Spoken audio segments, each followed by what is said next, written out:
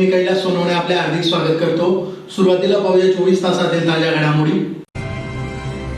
Sickle sale सप्ताहानिमित्त धुळे शहरातून काढण्यात आली जनजागृती रॅली।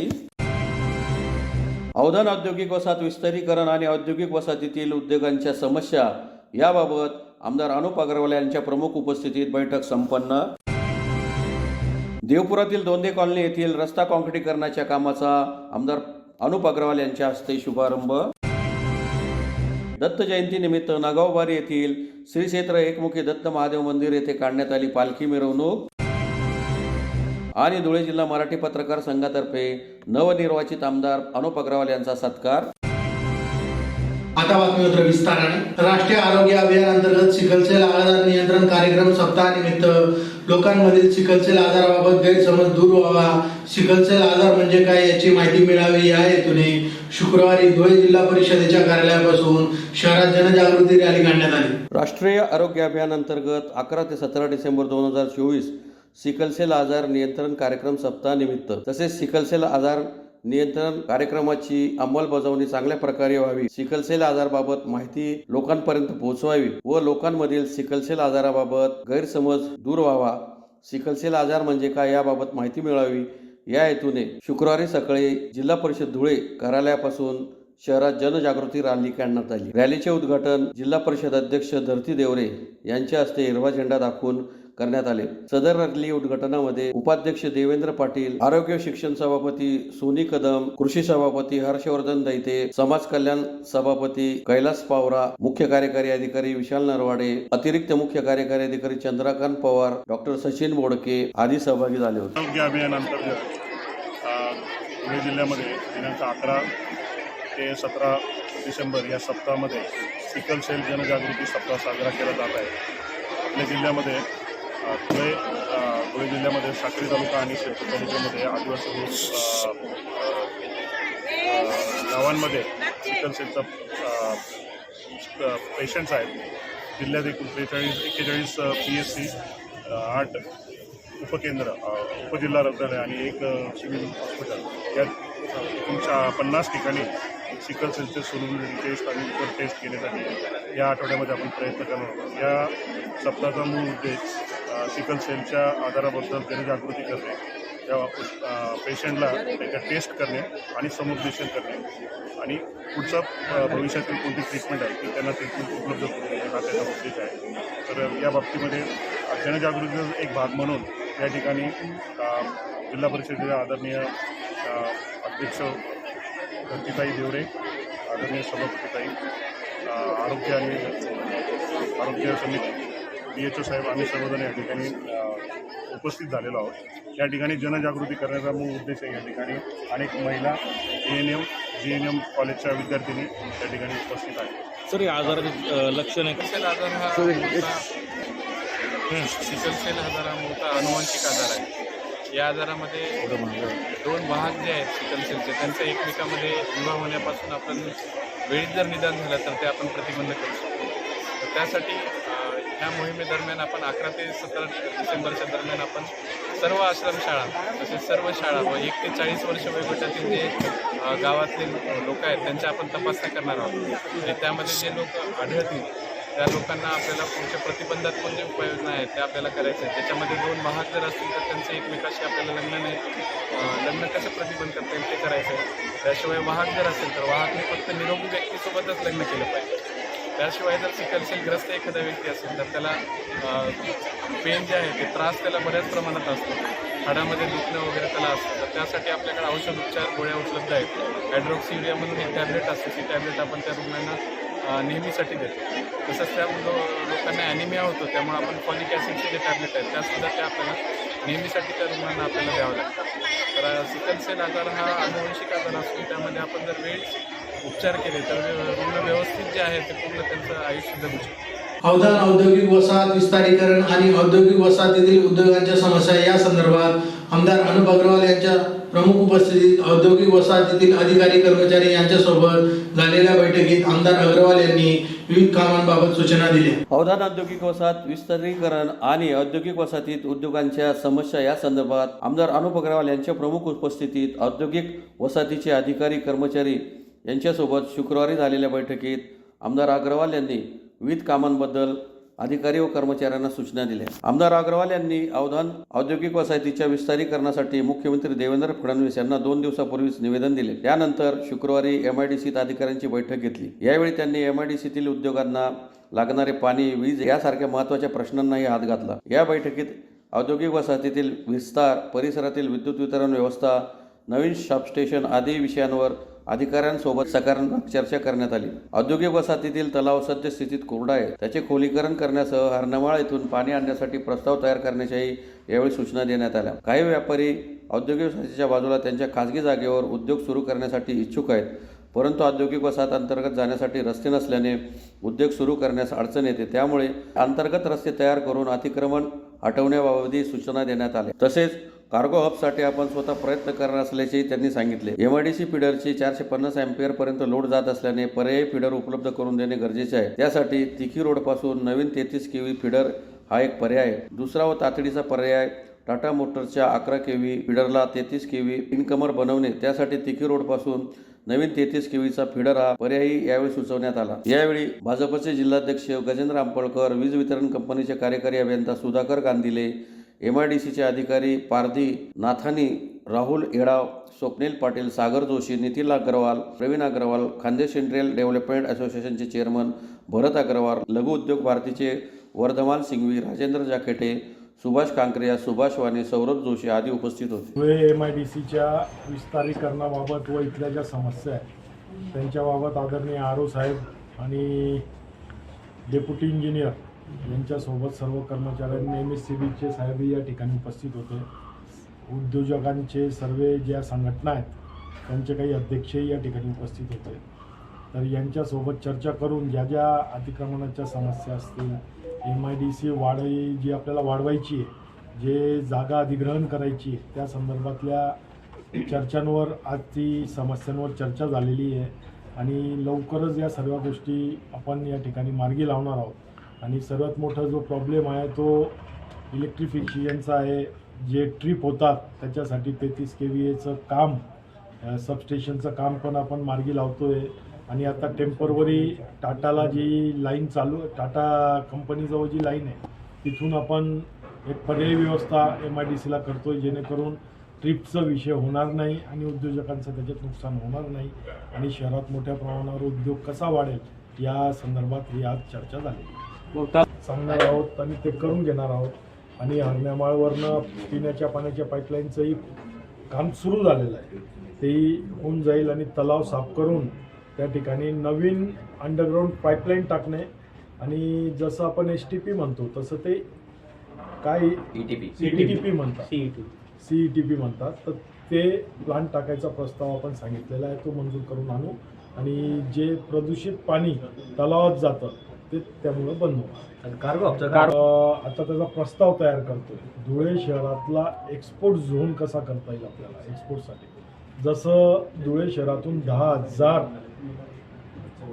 कोटीचा एक्सपोर्ट होतो, परंतु ऑन पेपर तो 1.5 कोटी दिसतो, 150 कोटी दिसतो. कारण की प्रत्येक उद्योजकाचं ऑफिस मुंबईला आहे आणि बुकिंग जरी इथून होत असेल, कंटेनर जरी इथं लोड होत असतील, परंतु ते पॅक तिथं होतात, सील तिथं होतात, त्यांचं मेन ऑफिस तिथं असल्याकारणाने. म्हणून ऑन पेपर 150 दिसतो आणि ॲक्च्युअल आपला 10,000 कोटीचा एक्सपोर्ट या शहरातून आपण करतो. तर या सर्व गोष्टी कसं शहरातूनच डायरेक्ट एक्सपोर्ट होईल याच्यासाठी आपल्याकडे सोय नव्हती, तर तो प्रपोजल आता आपण तयार करतो आहे आणि एक्सपोर्टसाठीचा झोन लवकरच आपण या शहरात तयार करतो. धुळे शहरातील देवपुरातील प्रभाग क्रमांक 2 मधील दोंदे कॉलनी येथील रस्ता काँक्रिटीकरणाच्या कामाचा शुभारंभ आमदार अनुप अग्रवाल यांच्या हस्ते शुक्रवारी संपन्न झाला. धुळे शहरातील देवपुरातील प्रभाग क्रमांक 2 मधील दोंदे कॉलनीत भारत गॅस ऑफिस ते ललित चव्हाण यांच्या घरापर्यंत कॉन्क्रीट रस्ता तयार करण्याच्या कामाचा शुभारंभ आमदार अनुप अग्रवाल यांच्या हस्ते शुक्रवारी संपन्न झाला. यावेळी भाजप जिल्हाध्यक्ष गजेंद्र आंबळकर, डॉक्टर सुशील महाजन, माजी नगरसेवक नंदू सोनार, भारती माळी, सुमन वाघ, अनिल नागमोते, संजय बोरसे, सुबोध पाटील, अशोक माळी, प्रथमेश गांधी, नीरज देसले, शिवाजी पवार, दोंदे हाऊसिंग सोसायटीचे चेअरमन प्रकाश महाजन, नितीन ठाकरे, विनायक सरोदे, JR पाटील, ललित चव्हाण, अविनाश पाटकरी, भारती पिंगळे, कैलास माळी, देवपूर पूर्व मंडळाचे पदाधिकारी व परिसरातील नागरिक मोठ्या संख्येने उपस्थित होते. 2 ह्या ठिकाणी रस्त्याचं उद्घाटन आदरणीय नवनिर्वाचित आमदार अनुभैया अग्रवाल यांच्या हस्ते संपन्न झालं. तसेच त्यांच्यासोबत आमचे जिल्हा अध्यक्ष गजेंद्र शेठ आंबाळकर हे या उद्घाटनाप्रसंगी उपस्थित होते. तसेच आपले डॉक्टर सुशील महाजन हे या उद्घाटनाच्या प्रसंगी उपस्थित होते. तसेच या परिसरातले दोंदे हाऊसिंग सोसायटीतले सगळेच आपल्या ठाकूर मावशी असतील, कोटावडे मावशी असतील, बागुलताई असतील, आपल्या सगळ्या ज्येष्ठ महिला, ज्येष्ठ भगिनी, ज्येष्ठ बांधव फार वर्षानंतर ह्या रस्त्याची प्रतीक्षा नागरिकांची होती आणि मी शब्द दिलेला होता त्यांना की मी हा रस्ता तुमचा पूर्ण केल्याशिवाय स्वस्त बसणार नाही. त्याच्यामुळे आज दिलेला शब्द आदरणीय अनुभैया अग्रवाल आमदार यांच्या आशीर्वादाने मी तो पूर्ण केला. आज नागरिकांना रस्त्याचं कामाचं उद्घाटन आज सगळं त्यांच्या हस्ते झालं. तसंच मी सांगू इच्छिते की उर्वरित जे काही कामं असतील प्रभाग क्रमांक 2मधले तेही पूर्ण काम करण्याचं मानस आम्ही ठेवलेलं आहे. तेही कामं आमची पूर्ण होतील.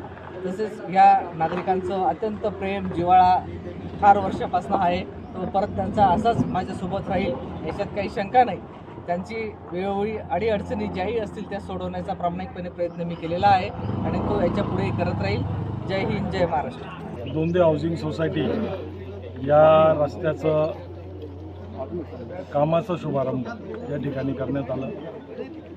त्याचप्रमाणे प्रभाग क्रमांक 2मधील पांडवनगर असेल, दोंदे कॉलनी असेल, भरपूर रस्ते जो बॅकलॉग होता इलेक्शन काळात जे अटकलेले होते आचारसंहितेमुळं, ते कामं आता प्रत्यक्षात सुरुवात झालेली आहे. या भागांमध्ये पाईपलाईनचे कामं झाल्यानंतर भरपूर कामं राहिलेले होते, परंतु आता जवळपास 70 ते 80% कामं करण्यात आम्ही यशस्वी झालो आहोत. उरलेले कामंही या 6 महिन्याच्या आत पूर्णतः देवपूरमध्ये कामं होऊन जातील आणि प्रभाग क्रमांक 2चे सर्व आमचे नगरसेवक भारतीताई असेल, नंदू काका असेल, नागमोते असेल, पप्पू असेल, वाघताई असतील, आमचे मंडळ अध्यक्ष असतील, सर्वच आमचे नेते डॉक्टर सुशील महाजन असतील, आमचे जिल्हा अध्यक्ष गजेंद्र शेठ आंबाळकर, पुढील सर्व कामांचे नियोजन ते आता याच्यानंतर होणार आहेत आणि हे कामं लवकरात लवकर पूर्ण होतील, कामं क्वालिटीची होतील हे सर्वांना मी सांगू इच्छितो. आणि चांगले कामं या ठिकाणी आपण भारतीय जनता पार्टीच्या माध्यमातून करू आणि या शहराचा चेहरा मोहरा लवकरात लवकर बदलू. जय श्री. दत्त जयंतीनिमित्त धुळे शहरातील नागावबारी येथील श्री क्षेत्र एकमुखी दत्त महादेव मंदिर येथे श्री क्षेत्र एकमुखी दत्त महादेव मंदिर समितीतर्फे पारंपरिक वाद्याने पालखी मिरवणूक काढण्यात आली. दत्त जयंतीनिमित्त धुळे शहरातील नगावबारी येथील श्री क्षेत्र एकमुखी दत्त महादेव मंदिर येथे श्री क्षेत्र एकमुखी दत्त महादेव समितीतर्फे पारंपरिक वाद्याच्या सहाय्याने पालखी मिरवणूक काढण्यात आली. पालखी मिरवणुकीत परिसरातील नागरिक मोठ्या संख्येने सहभागी झाले होते. या कार्यक्रमाला शिवश्री प्रशांत पवार सामाजिक प्रतिष्ठानचे इंजिनियर सागर खैरनार यांचे विशेष सहकार्य लाभले. यावेळी संभाजी पाटील, अंकित चौधरी, जयेश खैरनार, राकेश कोळी, ईश्वर गोसावी, बाळू कोतकर, दादाभाऊ कोळी, सागर चव्हाण, हरीश राठोड, योगेश बोरसे तसेच मंदिर समितीचे सर्व सदस्य व परिसरातील नागरिक, कडंबाडे नगर मित्र परिवारातील सदस्य आदी उपस्थित होते. सर्वांना जय श्रीराम. जय श्रीराम. आज नगावबारी येथे श्री क्षेत्र एकमुखी दत्त महाराज मंदिर नगावबारी येथे दत्त जयंती निमित्त यात्रोत्सवाचे आयोजन केले आहे.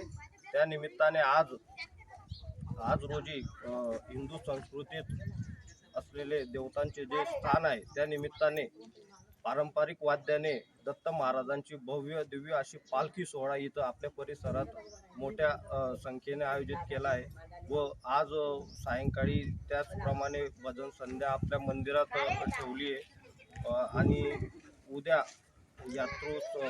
आमच्या मंदिराला वर्षपूर्तीनिमित्त यात्रोत्सवाचे आयोजन केले आहे. हे दरवर्षी होणार आहे. दरवर्षी आम्ही नव्या कार्यक्रमाचे आयोजन करून मंदिराची शोभा वाढवणार आहे. या परिसरातील सर्व नागरिकांच्या वतीने श्री क्षेत्र एकमुखी दत्त महादेव मंदिर समिती यांच्या सहकार्याने तसेच आमचं प्रतिष्ठान शिवश्री प्रशांत पवार सामाजिक प्रतिष्ठान यांच्या वतीने हा सर्व सोहळा आयोजित करण्यात आला आहे. त्या निमित्ताने आपण सर्व नागरिकांनी परिसरातील यात्रोत्सवाचे तसेच दत्त महाराजांच्या दर्शनाचा अवश्य लाभ घ्यावा. जय श्री. महायुतीतर्फे धुळे शहर विधान विधानसभा मतदारसंघातून निवडून आलेले नवनिर्वाचित आमदार अनुप अग्रवाल यांचा साक्री रोडवरील धुळे जिल्हा मराठी पत्रकार संघातर्फे गुरुवारी सायंकाळी सत्कार करण्यात आला.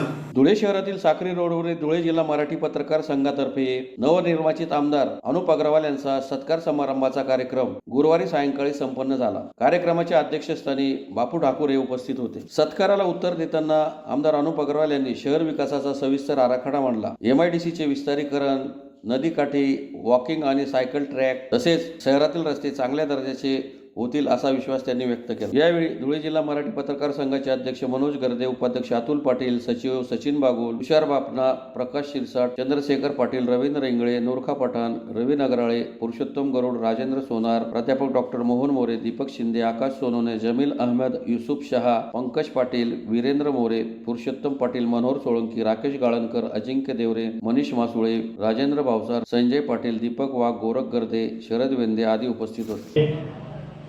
मला बोलून माझा सत्कार केला त्याबद्दल मनापासून सर्वांचा आभार व्यक्त करतो. आज या ठिकाणी खरंच फार मोलाचं मार्गदर्शन निखिल दादा यांच्याकडनं आणि चव्हाण साहेबांकडनं मला लाभला. जे मुद्दे त्यांनी सांगितले, सर्वात पहिले तर पांजरा आरती. तर पांजरा आरतीचा विषय असा आहे का ऑलरेडी त्याच्यावर आपण काम चालू केलेलं आहे. पहिले आपल्याला ती नदी साफ करावी लागणार आहे आणि रिव्हर फ्रंट आपल्याला तयार करून द्यावा लागणार आहे.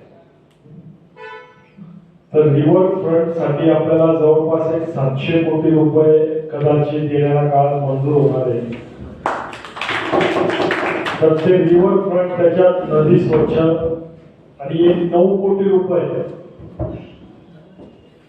अजून आपण मंजूर केलेले. जो मोठा पूल आहे तो पूल तोडून तिथं नवीन पूल बांधणे आणि फक्त पूलच नव्हे तर तिथं तो पूल कम बंधारा असं ते मंजूर आहे. परंतु आपण त्याची जागा बदलतोय कारण की आता PWD बरोबर काल आणि परवा 2 दिवस बैठकी झाल्या. त्या बैठकीत त्या पूलचं जे अभ्यास त्यांनी केलं तर त्यांचं म्हणणं आहे का अजून 20 वर्ष या पुलाला काहीच होऊ शकत नाही. म्हणून तो पूल न तोडता ज्योती थिएटर पासून सावरकर पुतळ्यापर्यंत तो पूल आपण त्या ठिकाणी शिफ्ट करणार आहोत आणि तिथं तो पूल आपण त्या ठिकाणी मोठा पूल टाकणार आहोत जेणेकरून ट्रॅफिक जी आहे ती बायफर्केशन होईल आणि पाणी सुद्धा आपल्याला तिथं अडवत नाही.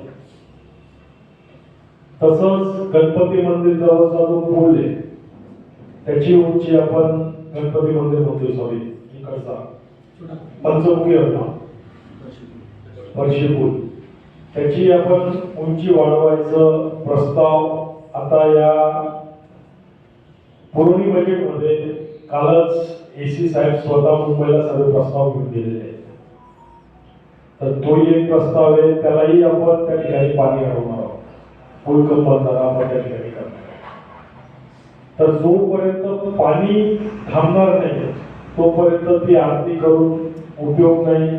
तिथं फार जास्त घाण आहे आजच्या तारखेला, तर ती आपल्याला स्वच्छ करावी लागेल आणि नंतर मग आपण या रिव्हर फ्रंटच्या माध्यमातून ते सुशोभीकरण करणार आहोत. दुसरा MIDCचा मुद्दा होता. तर 750 एकर जागा ही सरकारी जागा आहे. त्याची सुद्धा आज MIDCच्या आरोग्याशी माझी बैठक झाली सकाळी. उद्या 11 वाजता त्यांच्या एक्झिक्युटिव्ह इंजिनियरच्या ऑफिसमध्ये व्यापक बैठक ठेवली आम्ही. तर त्यांचा गैरसमज आहे का ती जागा फॉरेनची. तर फॉरेनच्या अधिकारी सिंग म्हणून आलेले तिथं फार चांगला अधिकारी, त्यांच्याशी पण बोललो. त्यांनी सांगितलं का मी उद्याच्या उद्या तुम्हाला या जागेची NOC देतो का, ही जागा आमची नाही. तरी एकदा मला आज पूर्ण दिवस कागदपत्र तपासू द्या. तर ते आज कागदपत्र तपासून उद्या आपल्याला त्याच्याविषयी पण कळवतील. तर आज 750 एकर जागा आपण कधीही अधिग्रहण करू शकतो MIDCच्या हिशोबाने. रावेर साईडला काही जागा तिथं भाडेपट्ट्यावर दिलेल्या आहेत, तर त्यांचे करारही संपलेले. परंतु नियम असा MIDC का जरी करार संपलेले असतील आणि ते भाडेपट्ट्यावर असतील तरी अधिग्रहण करताना त्यांना त्यांचा मोबदला द्यावा. पुन्हा एक नजर ठळक घडामोडींवर. सिकलसेल सप्ताहानिमित्त धुळे शहरातून काढण्यात आली जनजागृती रॅली. अवधान औद्योगिक वसाहत विस्तारीकरण आणि औद्योगिक वसाहतीतील उद्योगांच्या समस्या याबाबत आमदार अनुप अग्रवाल यांच्या प्रमुख उपस्थितीत बैठक संपन्न. देवपुरातील दोंदे कॉलनी येथील रस्ता काँक्रिटीकरणाच्या कामाचा आमदार अनुप अग्रवाल यांच्या हस्ते शुभारंभ. दत्त जयंतीनिमित्त नागावबारी येथील श्री क्षेत्र एकमुखी दत्त महादेव मंदिर येथे काढण्यात आली पालखी मिरवणूक. आणि धुळे जिल्हा मराठी पत्रकार संघातर्फे नवनिर्वाचित आमदार अनुप अग्रवाल यांचा सत्कार. याचबरोबर श्रीराम टाइम न्यूजची बातमीपत्र संपली. दिवसभरातील ताज्या घडामोडींसाठी पाहत राहा श्रीराम टाइम न्यूज. भेटूया पुढील प्रसारणात. तोपर्यंत नमस्कार.